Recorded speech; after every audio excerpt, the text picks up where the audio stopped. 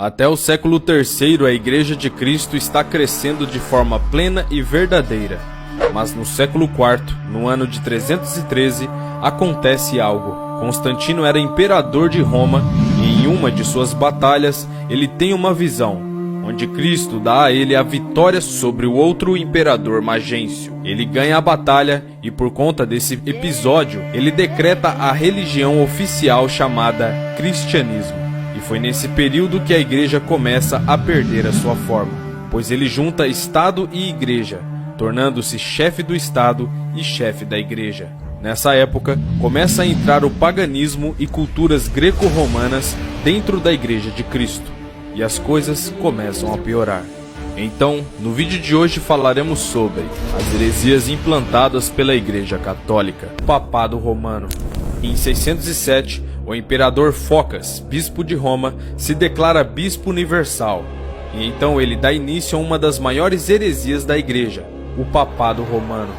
Então, a igreja vai se desviando da verdade até chegar no século XII, conhecida como a Época das Trevas, e dão início à Inquisição chamado o Tribunal do Santo Ofício. Logo, deram início a caças bruxas, torturas e mortes. Muitas chacinas eram promovidas pela Igreja Católica. Pessoas eram condenadas a morrerem queimadas, afogadas. Instrumentos de torturas de variados tipos eram usados contra as pessoas que não concordassem com suas leis. Veja agora alguma das evoluções dessas heresias até a época de Lutero. Época esta que Deus deu um basta e se fez necessário uma reforma para uma igreja que tinha perdido sua forma. A evolução das heresias. No ano de 300 iniciou a oração pelos mortos e no mesmo ano iniciou também o fazer o sinal da cruz. No ano de 320, se institui a confecção e o uso de velas de cera, sendo acesas em momentos de culto. No ano de 375, a igreja adota a adoração aos anjos, dos santos mortos e dá ofício à confecção e uso das imagens. No ano de 394, eles instalam a missa e ordena que seja feita essa celebração diariamente. No ano 500, os padres se autoproclamam sacerdotes, começam a se vestir de forma distinta dos leigos. No ano de 593, Gregório I estabelece a doutrina do purgatório. Para quem não sabe, o purgatório é um termo intermediário entre o céu e o inferno. É um lugar aonde a alma vai para saber se ela vai para o céu ou para o inferno. Ela precisa ficar purgando ali os seus pecados. Isto é, quando você morre, sua alma não vai para o céu e nem para o inferno. Ela vai para o purgatório. E dependendo do que fizerem aqui na terra por essas pessoas, orações, missas ou pagamentos de indulgências, essa alma vai para o céu. Mas se não for feito nada por ela, ela vai para o inferno.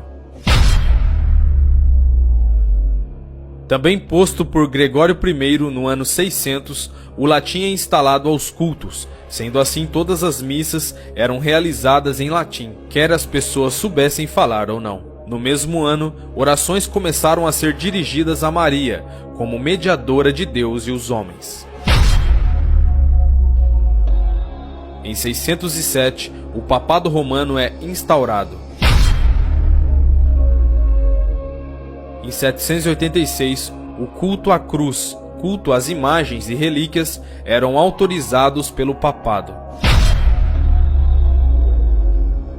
Em 850, a água benta é misturada com um pouco de sal, e ela é abençoada por um sacerdote, santificando o local que ela é aspergida.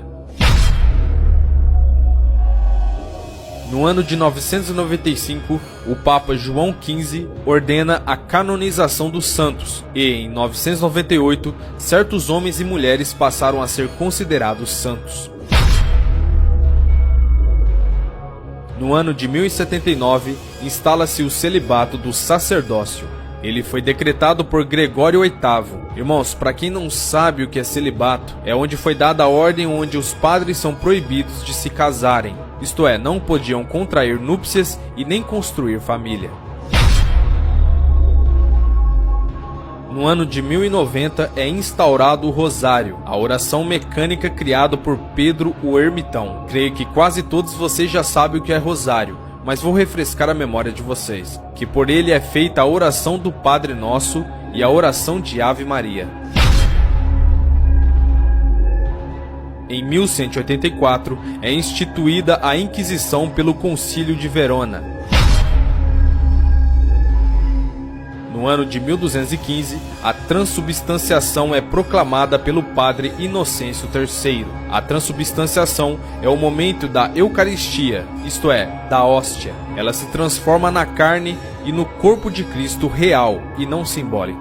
Nesse mesmo ano da transubstanciação, é também instituída a confissão de pecados aos sacerdotes ao invés de Deus, também instituído por Inocêncio III. Isso ocorreu no conhecido Concílio de Latrão. Sendo assim, as pessoas só recebiam o perdão se confessassem seus pecados ao ouvido de um padre ou de um sacerdote da época. E mediante a penitência imposta pelo padre, aquele pecado poderia ser absolvido, isto é, perdoado pelo padre. No ano de 1229, é declarado a proibição da Bíblia aos leigos e é colocado no índice de livros proibidos pelo Concílio de Valência. Ou seja, só era permitida a leitura da Bíblia pelo alto clero, como sacerdotes e cardeais. Em 1251, foi inventado o escapulário, por Simão Stock, um monge inglês. O escapulário foi inventado por causa de uma visão que por ele descrita como Nossa Senhora do Monte Carmelo. Essa figura teria aparecido a ele numa visão e entregou-lhe o escapulário como sinal de sua proteção. Eles acreditavam que o escapulário é um sinal externo de devoção mariana, que consiste na consagração à Santíssima Virgem Maria, por meio da inscrição da Ordem Carmelita, na esperança de sua proteção maternal. No ano de 1414, é proibido o uso de vinho na ceia. Note que a Igreja Católica até os dias de hoje não usa vinho nas ceias, sendo que o próprio Jesus ordenou que devemos comer do seu pão e beber do seu vinho em memória dele. É claro, esse ato é simbólico, não necessariamente precisa ser o vinho original, porque é em memória de Cristo. E se você pratica esse ato na igreja em que você congrega, continue, pois é ordenança de Cristo. No ano de 1439, o purgatório é proclamado como um dogma pelo Concílio de Florença. No mesmo ano, é instaurada a doutrina dos 7 sacramentos. A doutrina dos 7 sacramentos são batismo, confirmação ou crisma, eucaristia, reconciliação ou penitência, unção dos enfermos, ordem e matrimônio. A doutrina dos 7 sacramentos estão ordenadas pela Eucaristia, como para o seu fim.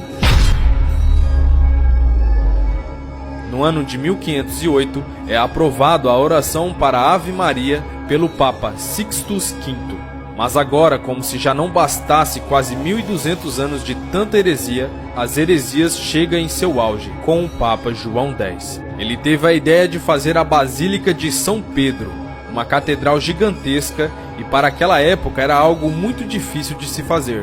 Foi então que ele decide fazer uma das maiores heresias de toda a história da Igreja, a indulgência papal.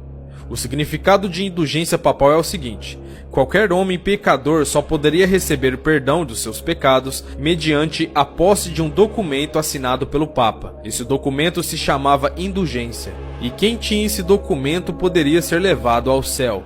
Mas tudo isso tem um porém: esse documento era comprado. Vocês perceberam quem está por trás de tudo isso? Satanás conseguiu enganá-los e fez fazer com que o perdão viesse através da compra de um documento assinado pelas mãos de um mero homem pecador e ladrão. Satanás fez com que ninguém tivesse acesso às missas em sua língua. Ele fez com que a igreja, através do engano, perdesse totalmente a sua forma, se tornando uma igreja herética e pagã.